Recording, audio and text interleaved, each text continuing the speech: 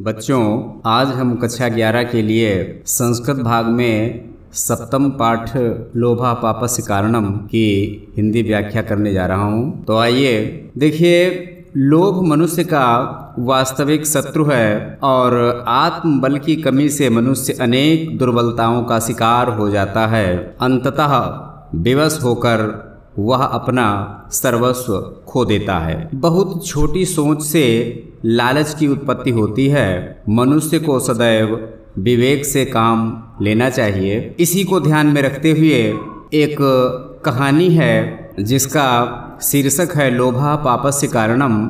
एक बूढ़े सिंह की कहानी के द्वारा इस चीज को हम देखेंगे। प्रथम पैराग्राफ देखिए।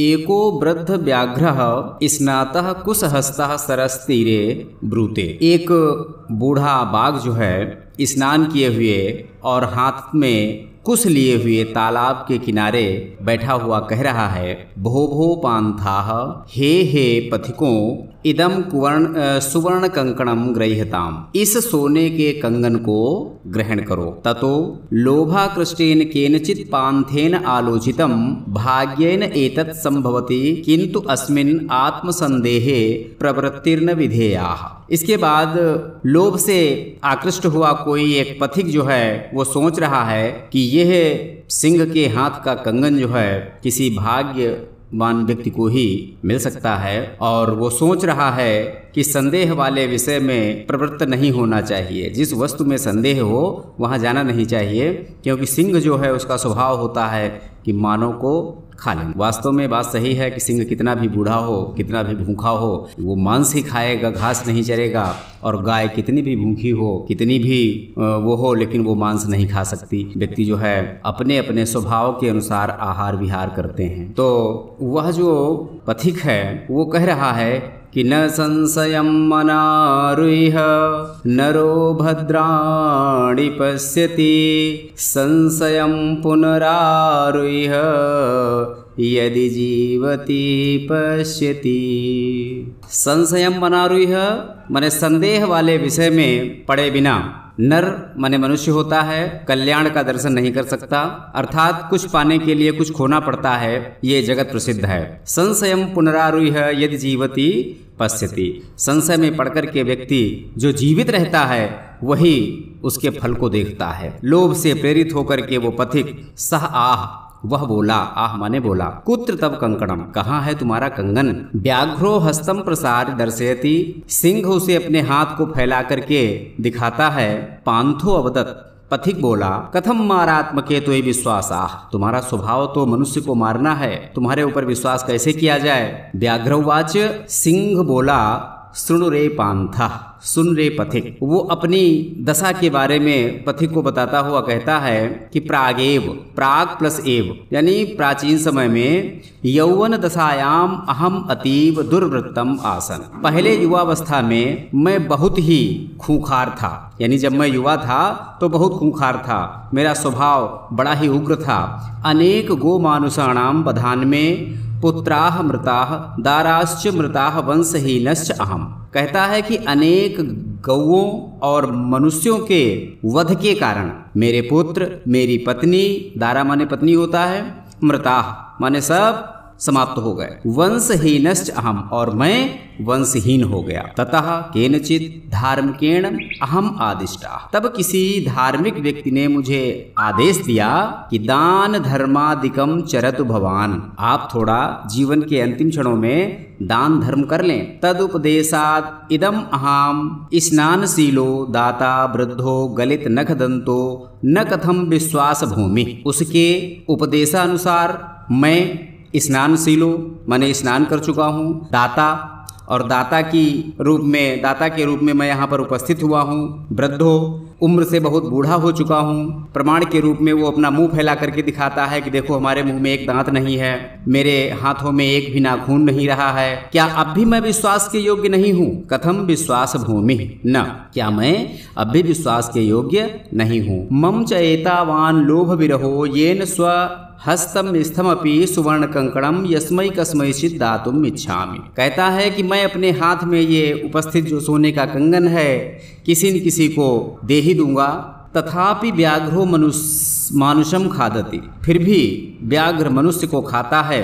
इति लोक प्रवादो दुर्निवाराः, लोक प्रवादो का अर्थ होता है लोक निंदा, दुर्निवारः माने नहीं हट सकती। कहता है फिर भी मनुष्य को बाघ खा लेता है, ये लोक निंदा नहीं हट सकती, माने इसको झुठलाया नहीं जा सकता। मयाच धर्मशास्त्राणि अधीतानि, मैंने धर्म शास्त्रों का भी अध्ययन किया है। सिंह कहता है कि मरुस्थल्याम यथा वृष्टिः क्षुधारते भोजनम तथा दरिद्रे दीयते दानम सफलम पांडुनंदन। पांडुनंदन अर्जुन के लिए कहा गया है। भगवान श्री कृष्ण कहते हैं, है अर्जुन, कि जिस तरीके से मरुस्थल में वर्षा होना हितकर होता है, क्षुधार्ते माने भूखे व्यक्ति को भोजन देना हितकर होता है, उसी तरीके से गरीब व्यक्ति को दिया हुआ दान सफल होता है। और इसके आगे सिंह एक श्लोक के रूप में फिर कहता है कि मात्रवत परदारेषु परद्रव्येषु लोष्ठवत आत्मवत सर्वभूतेषु यः पश्यति सः पंडितः। हे अर्जुन, मात्रवत परदारेषु, पराई स्त्री को माता के समान समझो, परद्रव्येषु, पराये धन को, लोष्ठवत, मिट्टी के ढेले के समान समझो, आत्मवत सर्वभूतेषु, और सभी प्राणियों को अपने समान समझो, यह पश्यति सह पंडितः, जो व्यक्ति ऐसा करता है वह विद्वान होता है।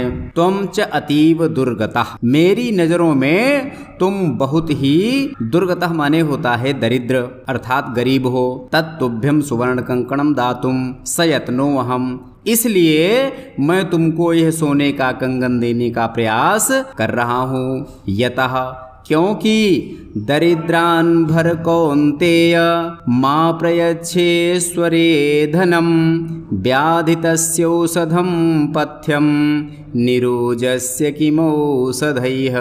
कहने का अर्थ ये है कि दरिद्रान भर अर्थात पीड़ितों का भरण पोषण करो, और प्रयच्छेश्वरे अर्थात समर्थ को दो, धनम मां अर्थात जो समर्थ है उसे धन मत दो, व्याधितस्य औषधम पथ्यम, क्योंकि रोगी के लिए पथ्य का विधान किया गया है, निरुजस्य किम औषधम, और जो निरोगी है, जो स्वस्थ है, उसके लिए औषध का कोई महत्व नहीं होता। कहने के मतलब ये है कि दान उसी को दो जो दान लेने के योग्य हो, उसकी कदर करे, ऐसे व्यक्ति को दान देना चाहिए। सिंह कहता है कि मेरी नजरों में तुमसा गरीब कोई व्यक्ति नहीं है। तदत्र सरस स्नात्वा सुवर्ण कंकणम ग्रहाण, इसलिए इसी पड़ोस वाले तालाब में स्नान करके आओ और इस सोने के कंगन को ग्रहण करो।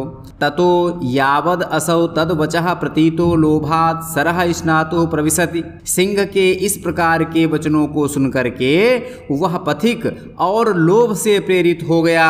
तदुपरांत वह स्नान करने के लिए तालाब में प्रवेश कर गया। तावत महापंके निमग्ना, और वहां उस तालाब में वो बहुत कीचड़ में फंस गया। पलायितुम अच्छमाः, जिससे वो भागने में भी समर्थ नहीं रहा। पंके पतितम दृष्ट्वा, उस कीचड़ में फंसे हुए पुरुष को देखकर व्याघ्रो अवदत्, सिंह बोला आहा, यानी वो बनावटी हंसी हंसा और कहने लगा महापंके पतितो असि, तुम बहुत कीचड़ में फंस गए हो, अतः त्वाम अहम उत्थापयामि, इसलिए मैं तुमको निकालने आ रहा हूँ। इत्युक्त्वा, ऐसा कहकर शनैः शनैः माने धीरे धीरे, उपगम्य पास जाकर, तेन व्याघ्रेण भक्षिताः, उस व्याघ्र ने उस लालची पुरुष को खा लिया। बच्चों, मैं आशा करता हूँ कि यह कहानी जो है तुम लोगों के अच्छी तरीके से समझ में आ गई होगी। और साथ ही एक बात और जानने योग्य है कि ये कथा जो है नारायण पंडित के द्वारा लिखे हुए हितोपदेश नामक पुस्तक से ली गई है।